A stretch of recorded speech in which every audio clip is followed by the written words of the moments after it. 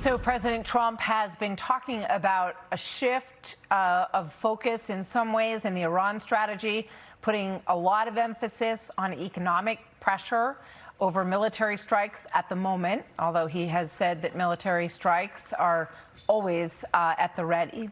So he's now demanding compensation from the regime because this has been one of their tactics of saying that they need to have any damage paid for after the attacks that have been against Iran since February 28th. Watch. We're going to ask for money for the damage they've done over a 50-year period. Whether you go SS Cole or whether you go all of the people that were so badly hurt, so badly wounded or killed, many thousands of people, and maybe damages for the 52,000 protesters over the last 4 months that were killed in Iran. If there's damages to be paid, I think Iran should pay those damages. Joining us now, Miad Maleki, Senior Fellow at the Foundation for Defense of Democracies. Great to have you with us today. Thank you for joining us. What do you think about what the president had to say there? Well, thanks for having me. I think President Trump, as you said it very nicely, is turning the regime's own negotiation tactic, flipping it back on the regime. And it's a very smart way to negotiate with this regime. Listen, every U.S. president except President Trump showed the Iranian regime some level of flexibility to try to get a deal with them, give them sanctions relief, pausing sanctions, giving them relief to show a sign of goodwill to get a deal with them. But they all kind of misunderstood the nature of this regime. And I think President Trump is, in a very smart and creative way, is negotiating the same exact way they would negotiate with us. Right now, I think they're in the weakest spot they've ever been since 1979. So now is the right time to negotiate. If you want to negotiate with them, this is how you would negotiate with them.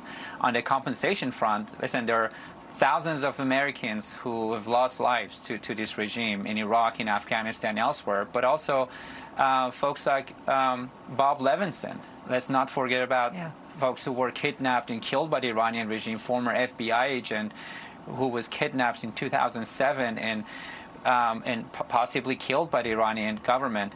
And you also have the Iranian Americans who were kidnapped and held in Iran for years, and Iranians themselves who were being held hostage by this regime for now 47 years. Yeah, and all of the deaths through proxies in Beirut and other places.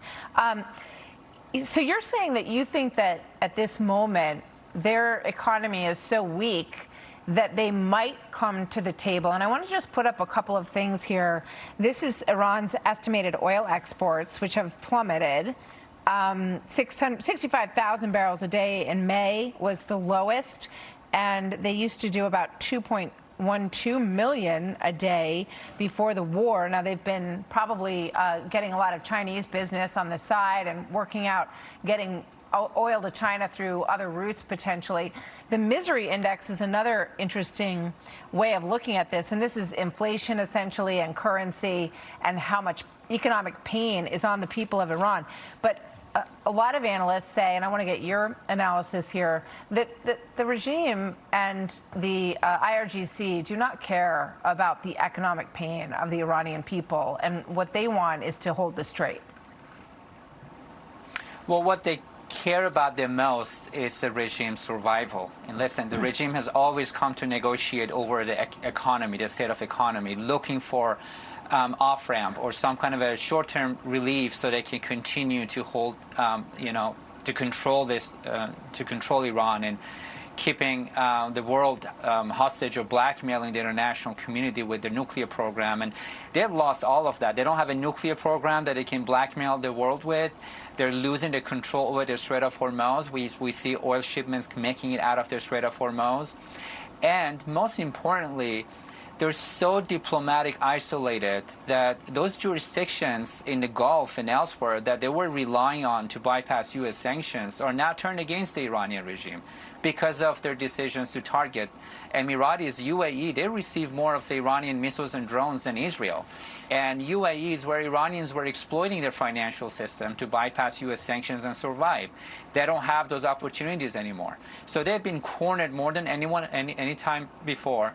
And they're really facing this internal dilemma and problem because they have radicalized 10 to 15% of this population that are supporters kind of over-promising a major win against the U.S. and Israel, and now they've left cornered, and they have nothing to lose at this point. So they're going to continue to drag their feet. But President Trump is right to put more economic pressure on the regime at this moment. Miad Maleki, thank you very much. Very interesting take on all of this. I hope you're right that they are at the brink, and we'll see. Thank you very much. There it goes, right? Yeah.